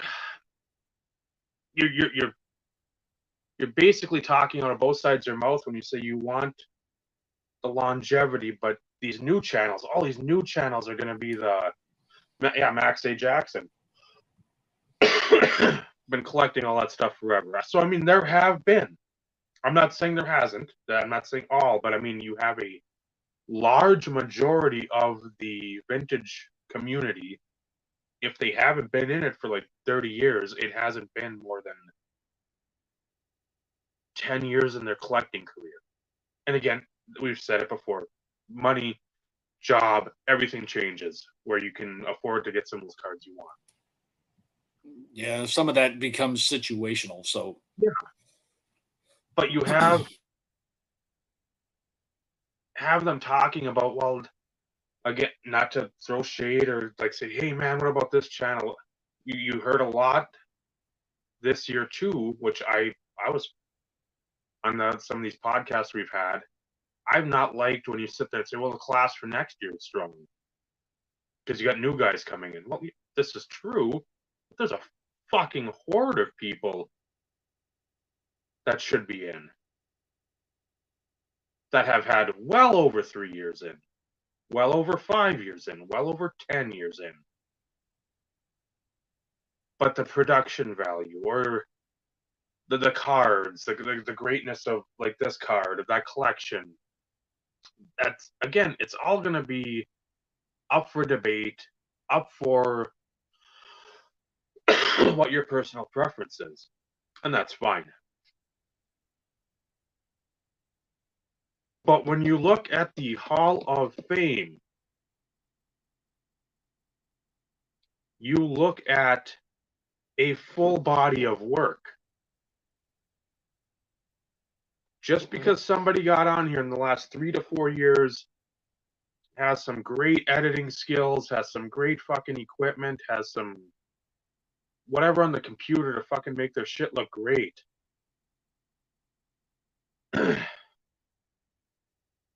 That would have been true this year. Again, not saying that good, well, I'm in, yay. No, it's, you had a strong turnout and a lot of people in that 6th place down to what, 15th-ish? Somewhere in there. There's only about 10 votes or less separating. So when you have the folks constantly, well, the new channels are, I can't wait to vote for them. You're contradicting your collecting style. If you're saying all I want is the old stuff, the vintage, again, preference aside, unless you come into the market and you've got unlimited bank funds, you found 3 or 4 of those money trees and had them shipped down from Alaska and the Bering Strait.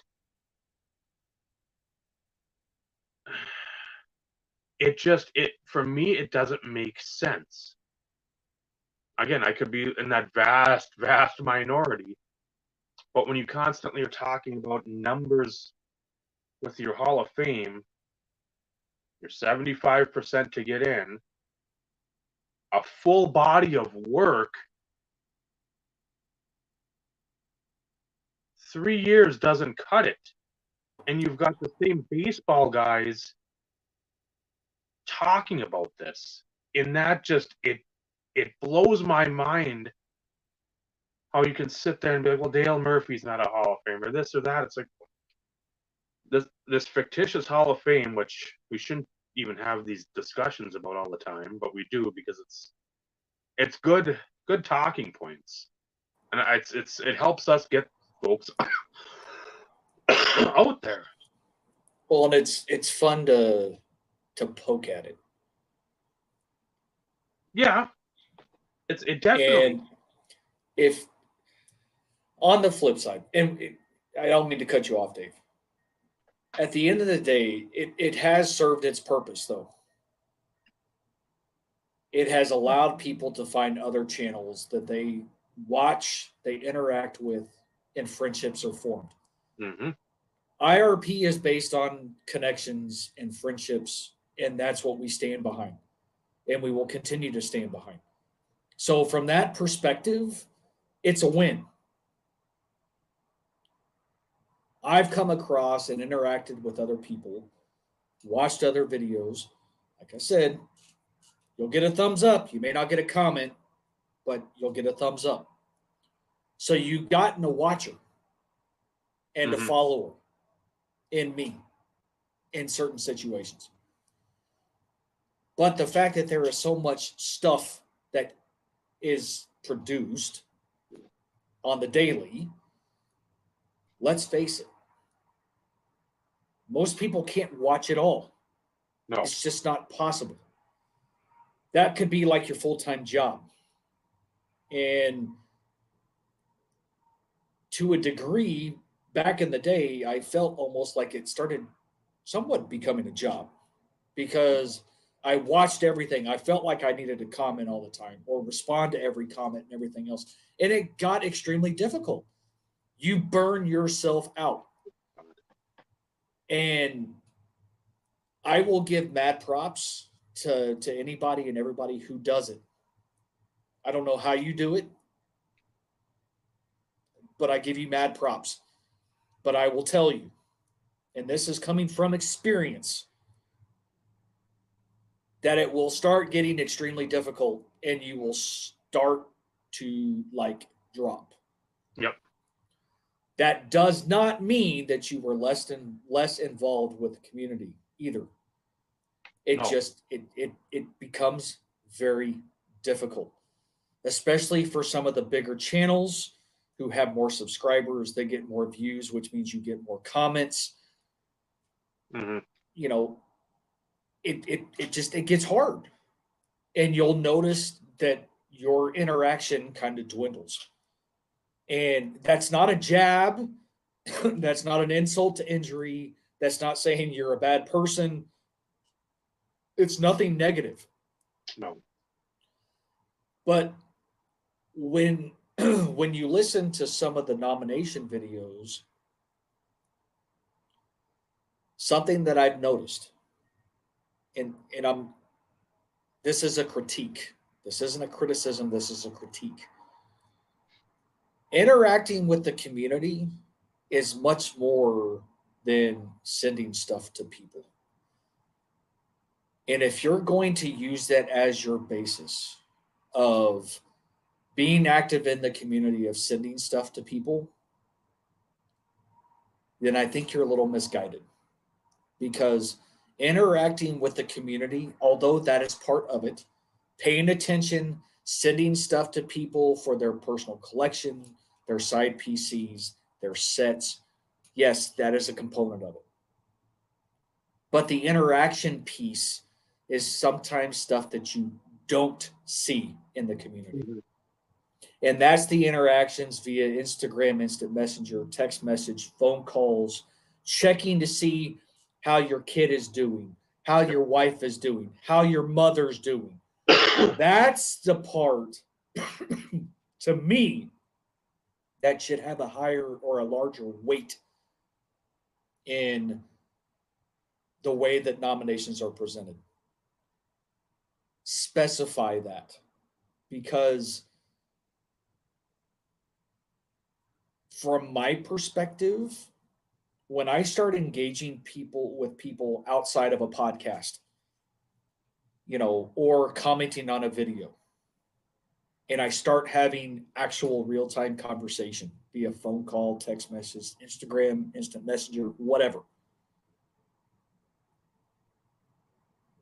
that's where the friendships truly get formed and bonded, where Mhm. you become lifelong friends.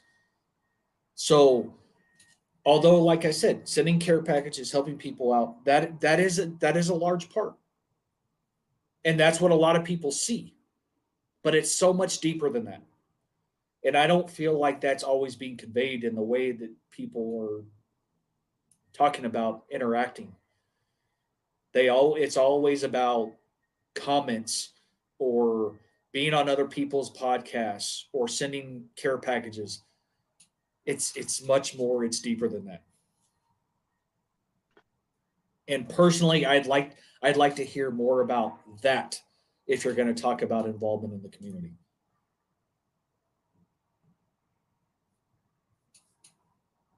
Soapbox, retract.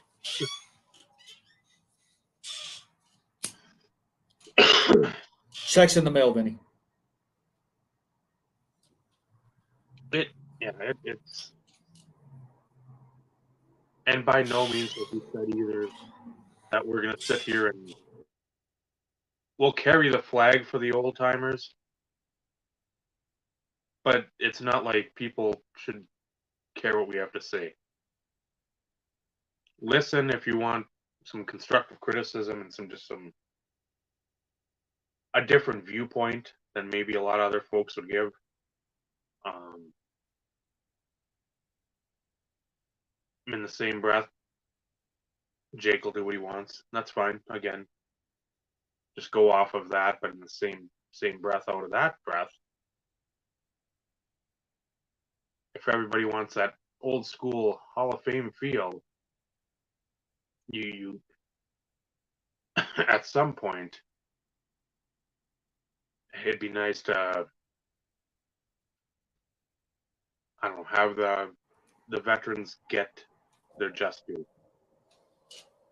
Well, and like you said, Dave, we're not telling anybody how to do things. No, That's not what this is. This is other perspectives providing some suggestions and recommendations that may or may not improve the possible. You're good, Vinny. Homework yeah, comes first, man. We've told you that before. Uh, at the end of the day, it's going to be ran the way he wants to run it. It's his to run, yep, and we all respect that. We all respect the amount of time that he spends.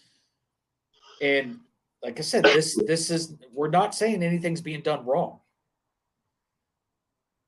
It's just other perspectives coming to the forefront to maybe make it, I don't want to say better, but more complete, inclusive. more complete. That's a good choice of words, but I'm also going to use the term inclusive because if we're talking about the community should be all inclusive, which includes everybody.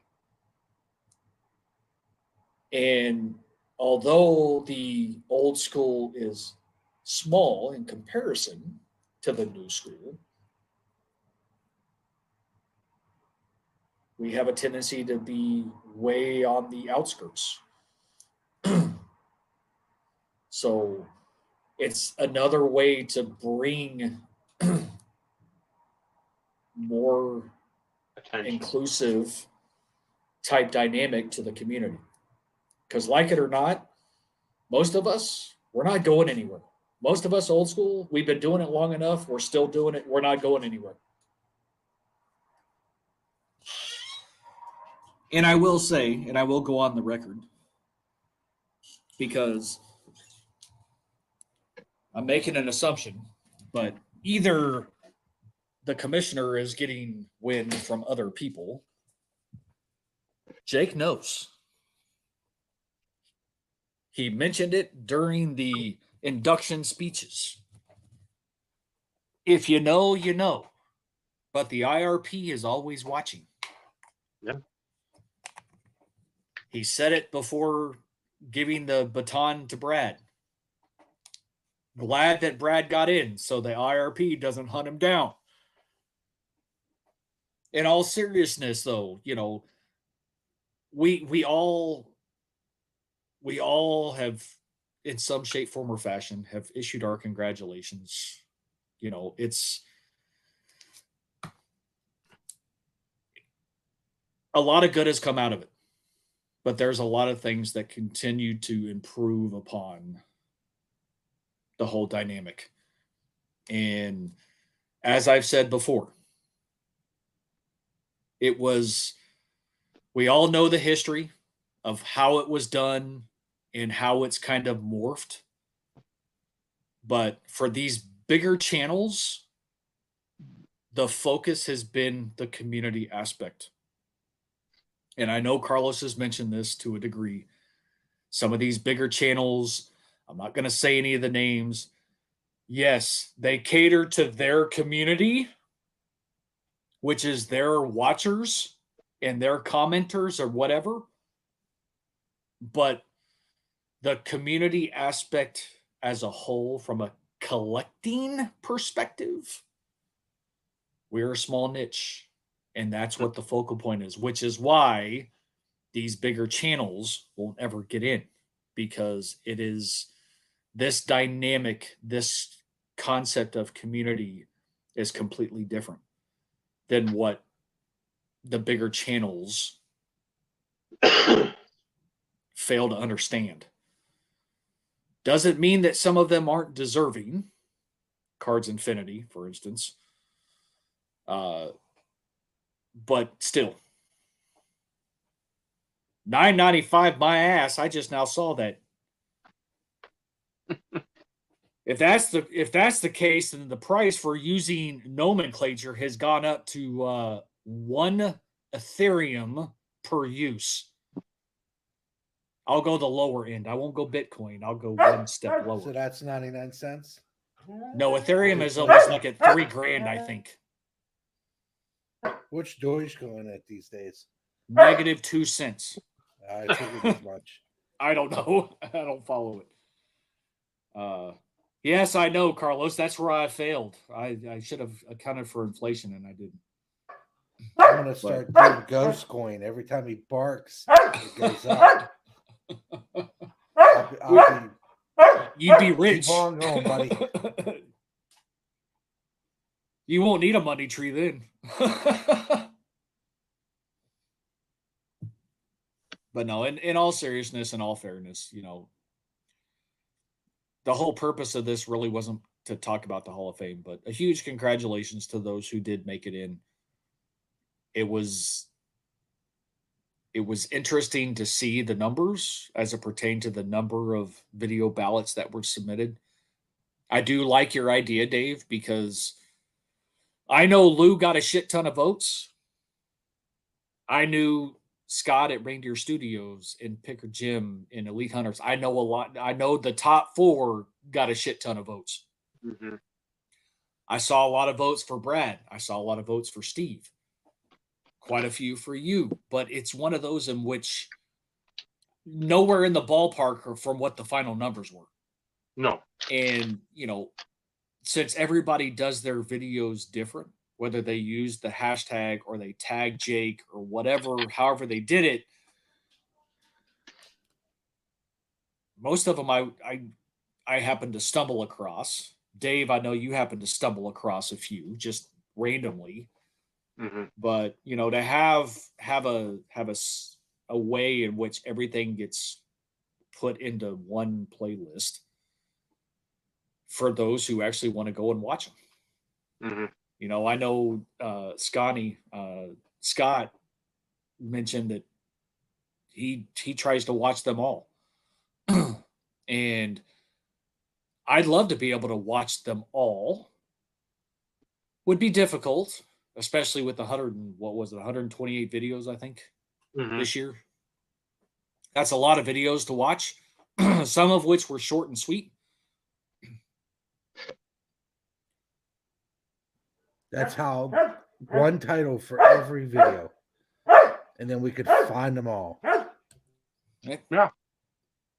And I know he did that to help him find them for this year, which was awesome, but that required YouTube to make a change to allow you to tag somebody. And I know he alluded to the fact of still requiring a video, but actually having the people that you vote for in the description. You know, I didn't do that this year because I I don't like made doing I made my recommendation in my video. I did it first off. I did it at the very beginning. But like you, on the flip side, there's a downside because then somebody, all they have to do is go click on the video and look at who's in there and be like, okay, I know who you voted for. I don't have to watch it now. and not that it's about view hours or minutes or whatever. It's just if you're gonna do a community thing, let's say your video is 15 minutes. Okay, you're gonna talk about the people. Mine, I've done it before. You can go in my old videos, and I've pretty much voted for the same people. There may be a couple people that have snuck in because of the rare time I vote somebody or the person I voted for has gotten in. But also at the beginning of the video, hold up my paper. What Jake wants to see out of you, what I value. We're done. I don't need to sit there and talk. I've got 14 fucking hundred videos up on YouTube. Plus we've got the podcast. That's a lot of fucking time. And we've been over at Carlos's before. So there's a lot of fucking of me talking this time. You should know by now, and again, not that I'm a fucking famous person or infamous either way. Probably more on the latter than on the former. You should know what I look for in somebody, collecting wise, person wise. It's pretty cut and dry. And it I don't know. It just I saw one comment, I think, on one of the I think it was like the voting results video.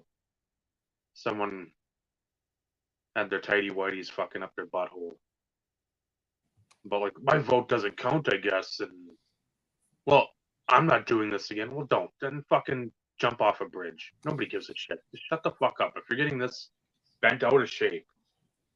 Well, did you follow directions? Probably not, because he's an AFC he's an AFC East fan, and not for a team that I particularly care for. I don't think anybody cares for.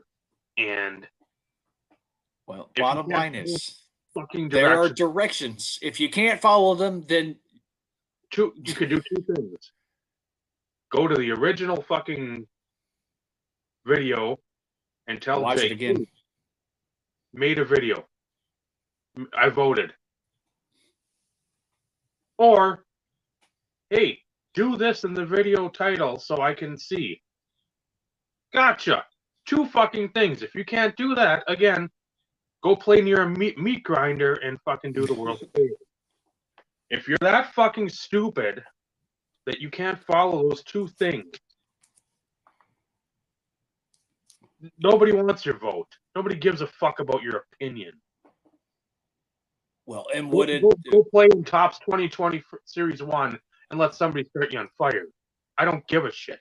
And it's not like we're sitting there and like constantly patting Jake on the back or trying to get in like good grace. It's like that takes a fucking ton of time to go through all this shit. And we just went over. He's got kids. He's got a job. To go through this and then have some fucking pissant dipshit fucking whine about garbage. Fuck off. Drink acid. Fucking die. Just dumb. well, it just doesn't make any sense. But again, that's the world we live in with the stupidity and. Well, my opinion doesn't count. Well, if you're a fucking idiot and you weren't in the short bus for the past 18 years of high school, you graduated at 24. well, You still have periodic tables in the lunchroom. I mean, fuck off. Well, bottom line is, if you can't follow directions, then the only person to blame is yourself. Just to blame somebody else. Well, that's typically how it always is. But at the end of the day, bottom line is, if you can't follow directions, you are the only person to blame. Because it's not rocket science. It is laid out to you like it's not difficult. No. It's not difficult. So there's always going to be those situations. There's situations in which people get butthurt because they don't get in. And that's the one thing that I don't want people to think, because that's not what this is about. Just looking at things from a different perspective and ways to maybe, like I said, more inclusive of the community dynamic, because although the old school channels are a small percentage, they still get overlooked. And yes, maybe it's because we film out of a potato. We didn't do much production value. Not that production value is a bad thing. If you're able to do it and it works for you, great. But that doesn't make you any better of a channel than somebody who films out of a potato. At the end of the day, we're showing cards that we have picked up or we've gotten in a care package or whatever. We're all still doing the same thing. We're all showing cards, whether it be face reveal or up against a wall or on a table. We are all still doing the same thing.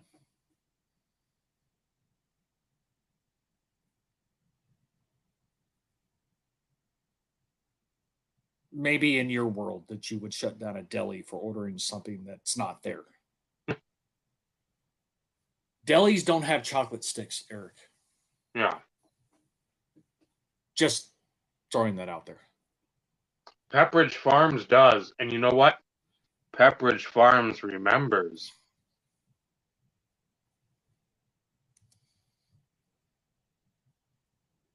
If you say so, Dave.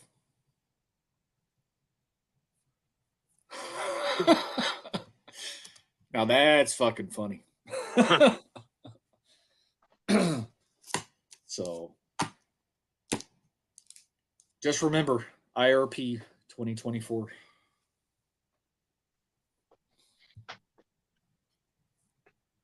Hell, IRP for president in 2024. Yeah, we'll have the business cards at National. Why not? Why not? Benny, come back so we can wrap. So we can wrap it up. Early start for me. Oh, Benny's eating some candy. Chocolate sticks. Looks like some chocolate, but Godiva? Lady Godiva. I know it has a name on it. Lindor. Oh, okay.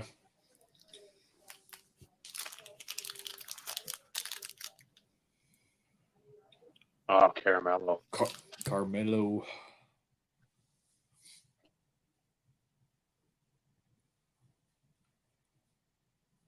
Well, that's because it's the whole niche thing. In the scheme of things, we're 1/1000th of the complete run of YouTube communities, niches, subcultures, subcultures, whatever. I mean, whichever path you want to take.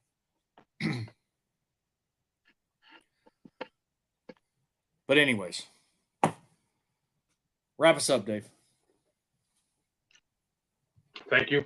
All watched, either live with us, commented, or if you check us out in the old archive. Try to bring you some good discussion.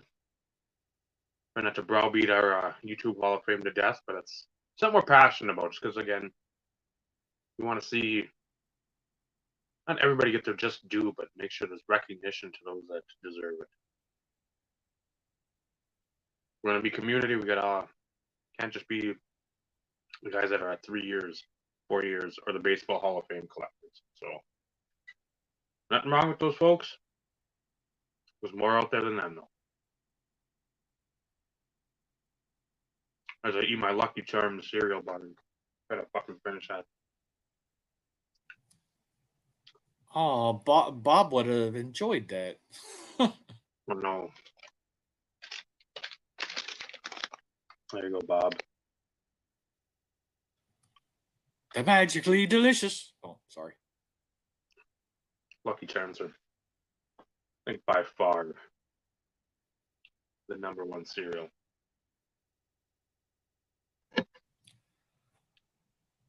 Says no one. Chick-fil-A sauce. Now you're going down another rabbit hole. Yeah, Wow. we're not gonna reopen another topic. That's a song for another time.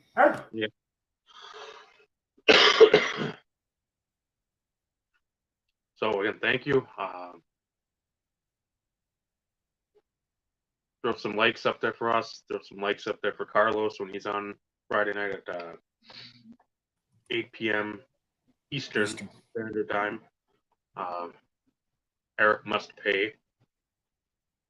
That plain and simple. It's plain and simple. And then Patreon, OnlyFans, Venmo, PayPal, Cash App, well-concealed cash, all that fun stuff. Send it on over. We got card shows to go to. We got Teslas to buy. We got airfare to piece out. We got food to go. We got restaurants, the highfalutin Ruth Chris Steakhouses for the win. We need money for food. Let's just call it like it is. We're Fuck gonna the cards. We're gonna do that in the back of you viewers. Our loyal following. We appreciate you, Roz. And I'd be remiss. Happy Valentine's Day. For those who celebrate, which we don't do in this house. Thought I'd do that Dave Archer style to second that sentiment. So, for Vinny, for Steve, and Dave, this has been the Instant Revolution podcast. Remember, collecting cards, great hobby. The friendships that you forge along the way, that's what really matters. Good night, everyone. Good night, everybody.